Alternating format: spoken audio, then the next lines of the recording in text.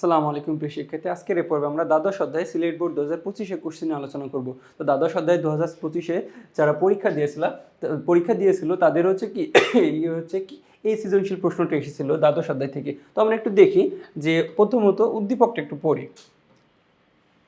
আচ্ছা, উদ্দীপকে কি বলতেছে আমরা একটু পড়ি। যে দৃশ্যকল্প 1 বলছে মিস্টার আহসান তার মেয়ে ইলমাকে নিয়ে একটি রেস্টুরেন্টে খেতে যান। তো ইলমা খেয়াল করে তার বাবা খাবারের দাম ছাড়াও বাড়তি কিছু টাকা দিতেছে। তা দেখো বাড়তি যে টাকাটা দিতেছে সেটাকে বলতেছে আমরা কি ভ্যাট, ভ্যালু অ্যাডেড ট্যাক্স। তো এটা বাংলাদেশ সরকারের কি কর রাজস্বের মধ্যে পড়ে। এছাড়াও প্রতি বছর আমরা বেতনের কিছু অংশ সরকারকে দিই।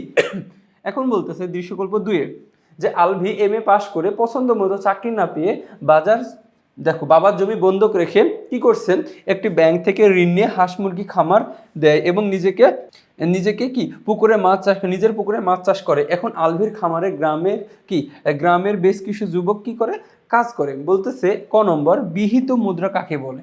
আচ্ছা, বিহিত মুদ্রা বলতে কি বলে বিহিত মুদ্রা কাকে বলে। খ নম্বর বলতেছে নিকাশ ঘর ধারণাটি ব্যাখ্যা করো। কি নিকাশ ঘর ধারণাটি ব্যাখ্যা করো। গ নম্বর যে দৃশ্যকল্প 1 সরকারের কোন আয়ের উৎসের কথা বলা হয়েছে। আচ্ছা দেখো, সরকারের কোন আয়ের উৎস বলতে এখানে বললাম যে কর রাজস্ব। বাংলাদেশ সরকারের আয়ের দুইটা উৎস, একটা কর রাজস্ব আর একটা কর বহির্ভূত রাজস্ব। ঠিক আছে, এটা হচ্ছে কি কর রাজস্ব। ঘ নম্বর কোশ্চেনটা আমরা একটু পড়ি।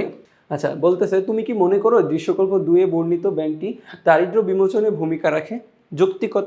যৌক্তিক মতামত দাও। আচ্ছা, ক নম্বর প্রশ্নটা ছিল যে বিহিত মুদ্রা কাকে বলে। কি যে বিহিত মুদ্রা কাকে বলে। তো আমরা একটু দেখি যে ক নম্বর বলতেছে যে কেন্দ্রীয় ব্যাংক কর্তৃক ইস্যুকৃত মুদ্রায় হচ্ছে কি দেশের বিহিত মুদ্রা। যে কেন্দ্রীয় ব্যাংক কর্তৃক ইস্যুকৃত মুদ্রা হচ্ছে কি দেশের বিহিত মুদ্রা। এরপরে বলতেছে যে কেন্দ্রীয় ব্যাংক বিভিন্ন ব্যাংকের যে কেন্দ্রীয় ব্যাংকে নিকাশ ঘর কেন বলা হয়। কি কেন্দ্রীয় ব্যাংকে নিকাশ ঘর কেন বলা হয়। বলতেছে কেন্দ্রীয় ব্যাংক বিভিন্ন ব্যাংকের মধ্যে চেকের মাধ্যমে আন্তঃব্যাংক দেনা পাওনা মিটিয়ে থাকে। কি কেন্দ্রীয় ব্যাংক বিভিন্ন ব্যাংকের মধ্যে চেকের মাধ্যমে বিভিন্ন ব্যাংকের মধ্যে চেকের মাধ্যমে আন্তঃব্যাংক দেনা পাওনা মিটিয়ে থাকে। এ ব্যাংকে কি বলা হয় নিকাশ ঘর বা ক্লিয়ারিং হাউস বলা হয়। ব্যাংকগুলো দৈনন্দিন পারস্পরিক লেনদেনের সময় কখনো কখনো কোনো ব্যাংক অন্য ব্যাংকের কাছ থেকে দেনাদার হয়ে পড়ে। মনে করো যে ব্যাংক ঋণের ক্ষেত্রে অনেক সময় কি করা পারস্পরিক লেনদেনের সময় কি কোনো ব্যাংক অন্য ব্যাংকের কাছ থেকে দেনাদার হয়ে যায়। মনে করো যে একটা ব্যাংকে টাকা নাই, তো এই ব্যাংকটা কি করলো পাশের একটা ব্যাংক থেকে কিছু টাকা নিয়ে আসলো তো এর মাধ্যমে পরবর্তীতে এই টাকা তোকে তা পরিশোধ করতে হবে। তো এই টাকার পরিশোধটা করে থাকে কেন্দ্রীয় ব্যাংক। ঠিক আছে, কেন্দ্রীয় ব্যাংক এটা পরিশোধ করে থাকে। তো কেন্দ্রীয় ব্যাংকের কাছ থেকে দেনাদার হয়ে পড়ে অন্য কোনো ব্যাংকের কাছ থেকে দেনাদার হয়ে পড়ে। অনুরূপভাবে এই ব্যাংকটি আবার অন্য কোনো ব্যাংকের কাছে পাওনাদার হয়। এই ধরনের আন্তঃব্যাংক দেনা পাওনা কেন্দ্রীয় ব্যাংক পরিশোধ করে বলে। এই ধরনের যে দেনা পাওনাগুলো এই দেনা পাওনাগুলো কেন্দ্রীয় ব্যাংক পরিশোধ করে বলে কেন্দ্রীয় ব্যাংকে বলা হয় নিকাশ ঘর বলা হয়। এরপরে গতে আমাদের প্রশ্নটা কি ছিল যে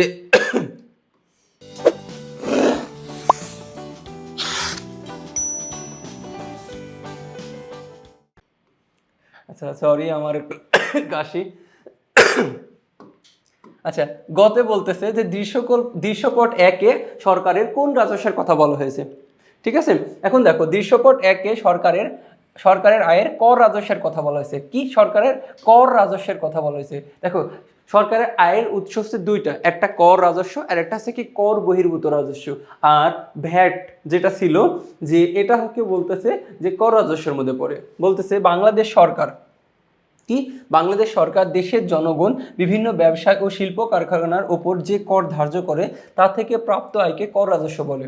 তো বাংলাদেশ সরকার জনকল্যাণ সাধন প্রশাসন পরিচালনা করে থাকে, যার জন্য প্রতি বছর বিপুল পরিমাণ অর্থ ব্যয় করতে হয়। দেখো বাংলাদেশ সরকারের আয়ের একটা খাত আছে, ব্যয়ের একটা খাত আছে। তো আয়ের খাতের মধ্যে আবার দুইটা উৎস আছে, একটা কর রাজস্ব একটা কর বহির্ভূত রাজস্ব। তো এই বাংলাদেশকে একটা দেশকে চালাতে হলে অনেক কিছু লাগে, অনেক ধরনের ব্যয় করতে হয়। শিক্ষা আছে, জনকল্যাণ সাধন আছে, প্রশাসন আছে, পরিচালনা আছে এবং কি বিপুল পরিমাণ অর্থ ব্যয় করতে হয়। তো বাংলাদেশ সরকার আয়ের উৎসকে প্রধানত দুই ভাগে ভাগ করা হয়েছে, একটা কর রাজস্ব আর একটা হচ্ছে কি কর বহির্ভূত রাজস্ব। সরকার দেশের জনগণ বিভিন্ন ব্যবসায় প্রতিষ্ঠান ও শিল্প কারখানা থেকে রাজস্ব আদায় করে। বাণিজ্য শুল্ক, আবগারি শুল্ক, আয়কর, মূল্য সংযোজন কর, সম্পূরক শুল্ক, ভূমি রাজস্ব, মাদক শুল্ক প্রভৃতি কর রাজস্বের উল্লেখযোগ্য উৎস। কি প্রভৃতি হচ্ছে এগুলো উল্লেখযোগ্য উৎস। যে উদ্দীপকে মিস্টার আহসান তার মেয়ে ইলমাকে নিয়ে রেস্টুরেন্টে খেতে যান। কি বলতেছে? উদ্দীপকে মিস্টার আহসান তার মেয়ে ইলমাকে নিয়ে রেস্টুরেন্টে খেতে যান। ইলমা খেয়াল করে তার বাবা খাবারের দাম ছাড়াও বাড়তি কিছু টাকা দিচ্ছেন। ইলমা কারণ জানতে চাইলে বাবা বলেন এই টাকা সরকার পাবে, এছাড়া প্রতি বছর আমরা বেতনের কিছু অংশ সরকারকে দিই যা কর রাজস্বের অন্তর্ভুক্ত। এটা কি?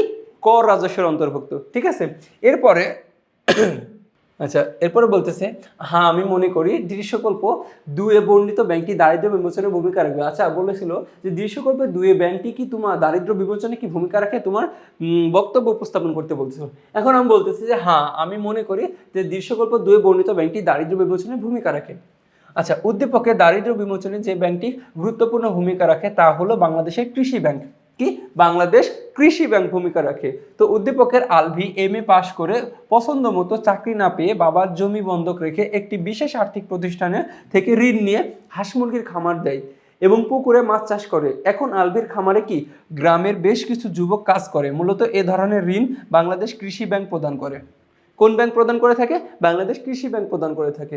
এরপরে বলতেছে যে স্বাধীনতা লাভের পরপরই বাংলাদেশে অবস্থিত সাবেক কৃষি উন্নয়ন বাংলাদেশ ব্যাংক ব্যাংকের সকল দায় ও সম্পদ নিয়ে বাংলাদেশ কৃষি ব্যাংক গঠিত হয়।